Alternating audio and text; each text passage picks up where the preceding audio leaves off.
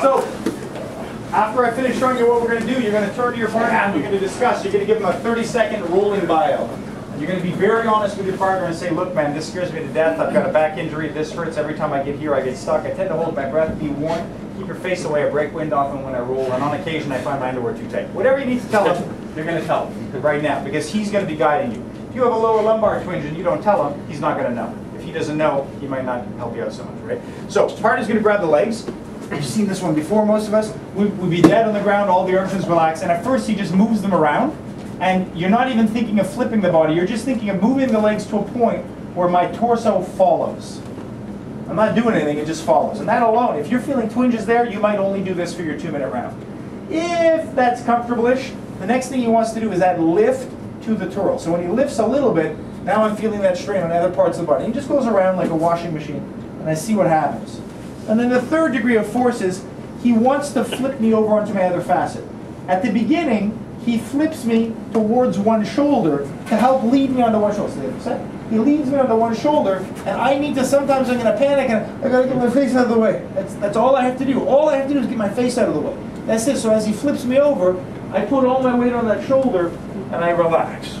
And then he keeps going. And then when he comes up, again, don't go straight to the spine, go towards the shoulder, and I see how I can relax. If you're very comfortable at this, you can tell him, and then he goes at the same speed, but he intentionally goes towards your center line. He puts optimal load on there. I have to see how I can solve it.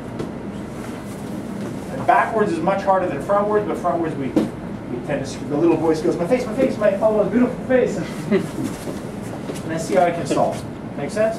And then if that's very comfortable, if you've done that, otherwise don't, you just do one leg.